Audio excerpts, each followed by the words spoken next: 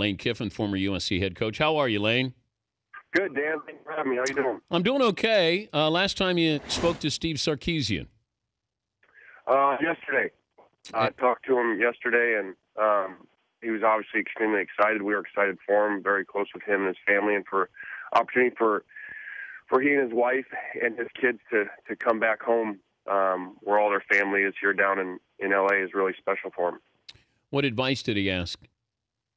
Oh, I don't know that he's going to ask me much advice, but no, we just talked about some things, and like I said, we're really close, and just really excited for those players. You know, they've been through a lot.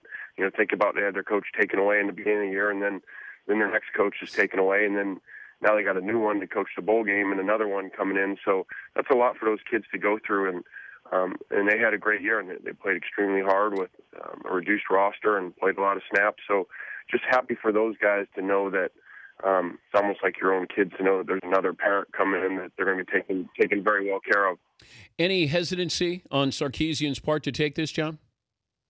Well, I think the only thing was his players there. You know, he put together a great roster, took a program that hadn't won a game to be an elite status program. So he's very close. I was just up there a couple weeks ago with him for a couple of days before the game and a game, and those players love him, and he's very close with his players. So I think that was his only issue. But in the end, it was just hard to say no for him to come home. If USC beats UCLA, is Ed Orgeron the head coach? Well, obviously I don't know that answer for sure, but I would think that probably would happen. I think that the pressure on Pat from everyone around, for Ed to finish the year like that, I think would have been very difficult to tell the fan base and the players that we're going to change coaches and go hire someone else. Last time you spoke to Ed? Through Texas yesterday, and then on the phone the week before that. So obviously a very difficult day for him.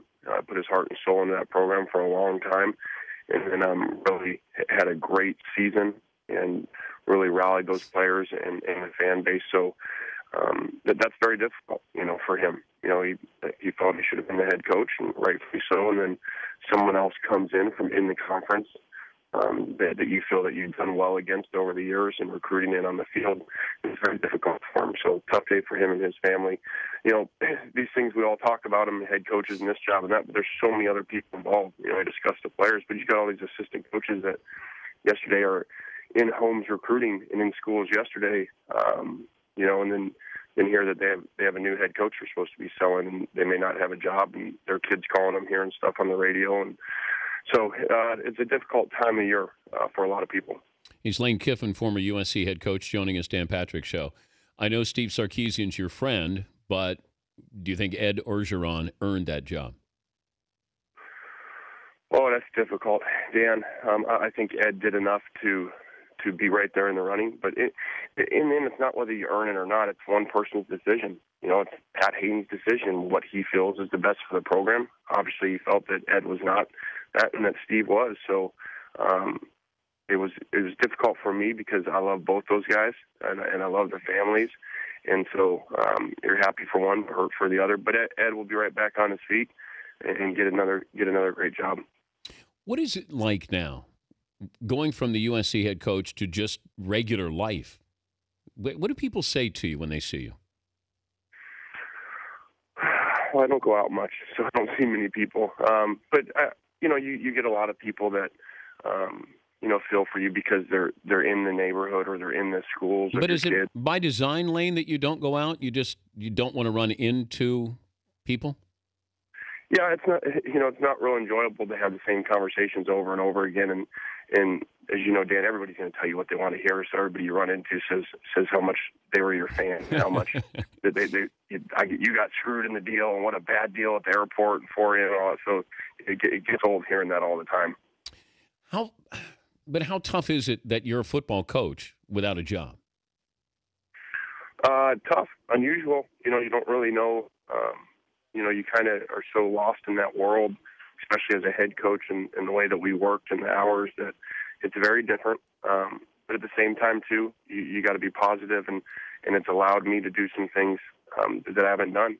I went to my 7-year-old's birthday party a couple weeks ago that I've never been to before. So there's some bright things in it. Being able to spend some time with these kids and reflect on things, and you always want to grow and get better and learn from mistakes that you made, and get ready for your next job. Could you settle as an offensive coordinator? Maybe not a head coach, but an offensive coordinator at a big school. Sure. You got to look at whatever options there are over the next couple of weeks and figure out what is the best for my family and where we're going. And so I have no problem with that at all. If it's the right head coach and you can go help them and help the program and develop kids, I have no issues with that at all. Could you coach at UCLA with Jim Moore? You were waiting for that one. You should have started with that question. I asked him a month ago. What did he say? He said, yeah. He said he didn't have any openings, but he would consider that if he did. He'd love to have you on the staff. Yeah, I mean, it's a profession at the end of the day. It's a job, and so you always got to look at everything. I would have no problem working for Jim. Jim, what would probably surprise you, Jim Moore has probably, outside of my family and my agent and former assistant coaches, Jim Moore has probably been the most, outside of Sarkisian, the most supportive person as far as calls and texts and checking in on me and worried about me, because he's been through it before. He's been fired twice before and worried about the families. Jim Moore has been a real stud through this whole thing. And he said, look, you're his friend, and I respect that. And that's why I wasn't being, flippant when I said, would you go coach with him? I meant that seriously, because he talked about it as well. And I don't even know if he stays at UCLA. You got, University of Washington's open now. What do you think he does? It's a tough call. I know he loves both places. He's from Seattle, and his wife loves up here, but they love it down here too. And he's done an unbelievable job with the program at UCLA and the direction that it's headed. So I think he's going to have a very tough decision to make, but it's a win-win either way because they're both great places. Will you have a job next year at this time? I better, or I might not have a wife. No, but do you plan on coaching? Whether it's an assistant or a head coaching job, you'll have that started next season. Yeah, I do. I plan on having one here, hopefully pretty soon, and get back to work. And if it's in college, get on the road recruiting. Would you go back to the SEC? Sure. Yeah, I got to go somewhere. If you start knocking out conferences and schools, I don't have much left. Did you? So over the next week or two, I got to figure out what's the best opportunity, and it doesn't matter where it is. Like we said, it's a job. It's not your entire life and everything. You got to find the best place to go. Where's all your USC gear? Did you keep it? I did not. I gave it away, and I had a lot of it. I gave it away to some people around the area. I wanted to have the visor. Do you at least have a visor left over? You know what's funny? My realtor, who's a big SC guy, I gave him a box of stuff that I had, and one of it was packed up from the last game, and so it was the last visor I ever wore, so he was excited. He was putting it up in his house. I'll take the first visor from your next job. How's that? You have the beanie, though. I know I have it. I have it here. I'm still waiting for the Christmas ornament that you got from Barkley, or at least a copy of it. I can't send you that. I only got one of those. Do you still put it up on the tree? Sure. Boy, that seems like a long time ago, doesn't it? Yeah. We're kind of on top of the world on that ornament day. Yeah. How did you feel that day compared to everything else that's transpired here? I mean, you were at the top of the tree. You were the star on the top of the tree. No, it was a fun run, and it seems like, I think a lot of people, that was 10 years ago. It was 2 years ago. We finished number 5 in the country and had a great run, and the guys had a great year, and so I've got some great memories. Obviously, didn't end very fun, but I got some great memories and some great relationships with some kids and parents of kids that already touched base yesterday. Know about Sarkisian and stuff, and so I told them they were in great hands. So. Some great memories from a very special place with great people. Not angry? No. Obviously, at first you have that, but you got to move on. You've got to move on and move forward and not look backwards. And you could sit there and think about that all the time. It's not going to change. It is what it is, and everything happens for a reason. Let's go forward.